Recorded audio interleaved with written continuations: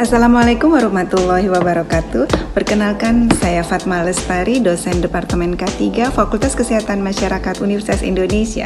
Pada sesi kali ini kita akan membahas mengenai chemical safety atau manajemen keselamatan bahan kimia.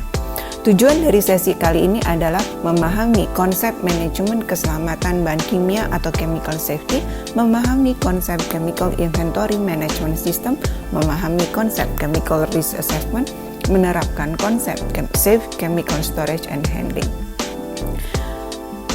Outline kita hari ini adalah latar belakang, regulasi dan standar terkait, pembelian dan penerimaan bahan kimia, chemical inventory management system, penyimpanan dan inspeksi bahan kimia, chemical risk assessment, serta penggunaan bahan kimia secara selamat atau safe chemical handling. Latar belakang meliputi kecelakaan penggunaan bahan kimia, kecelakaan penyimpanan bahan kimia, dan siklus manajemen bahan kimia.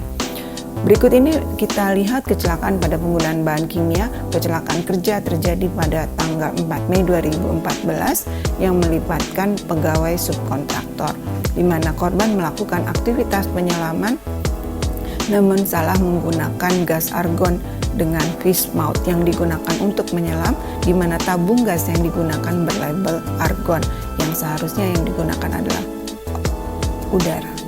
Kecelakaan penyimpanan bahan kimia terjadi pada Tianjin Explosion 12 Agustus 2015 yang mengakibatkan meninggal 173 orang.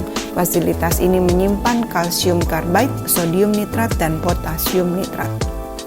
Siklus manajemen keselamatan bahan kimia meliputi dimulai dari siklus PDCA, Plan, Do, Check, Action, pemesanan dan pembelian bahan kimia, penerimaan, penyimpanan, transportasi, penggunaan, hingga limbah atau sisa pembuangan. Berikut ini adalah pihak-pihak yang terlibat dalam siklus manajemen bahan kimia.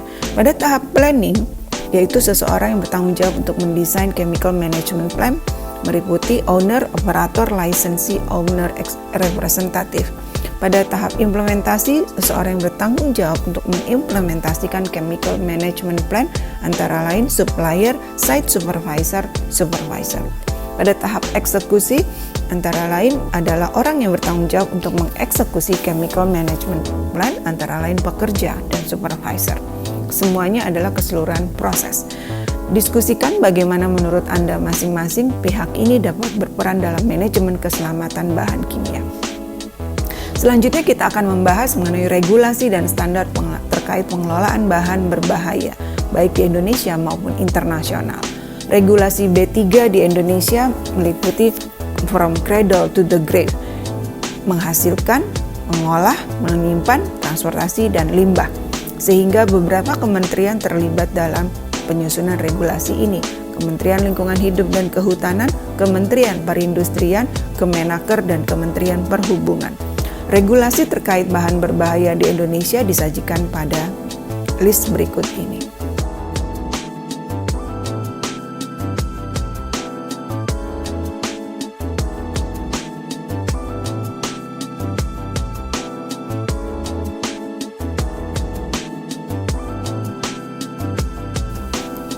Regulasi terkait B3 internasional disajikan pada slide berikut ini.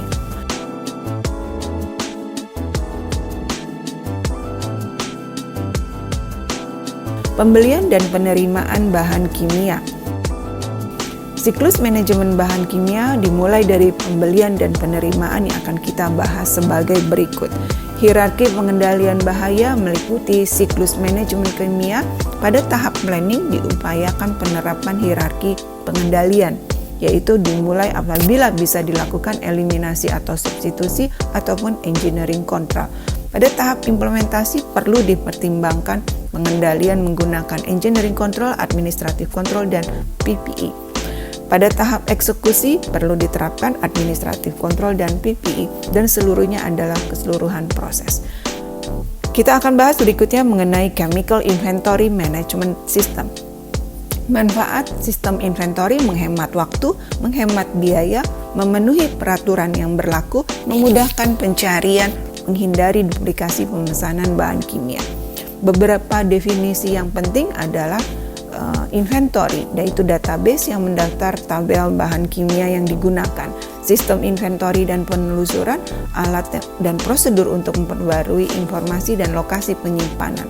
Manajemen inventory seluruh proses yang terlibat dalam item-item sistem penelusuran inventory.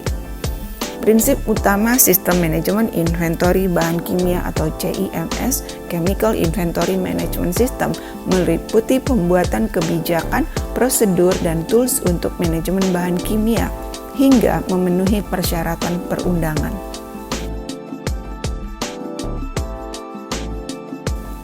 Jenis-jenis Chemical Inventory Management System dapat berupa kertas maupun sistem berbasis komputer atau web. Basis inventari bahan kimia meliputi bidang database, antara lain berisi tentang bahan kimia, nama dagang, nomor cas, bahaya, daftar bahan, pemilik atau pembeli, lokasinya, dan juga tanggal pemesanan, dan serta informasi lainnya.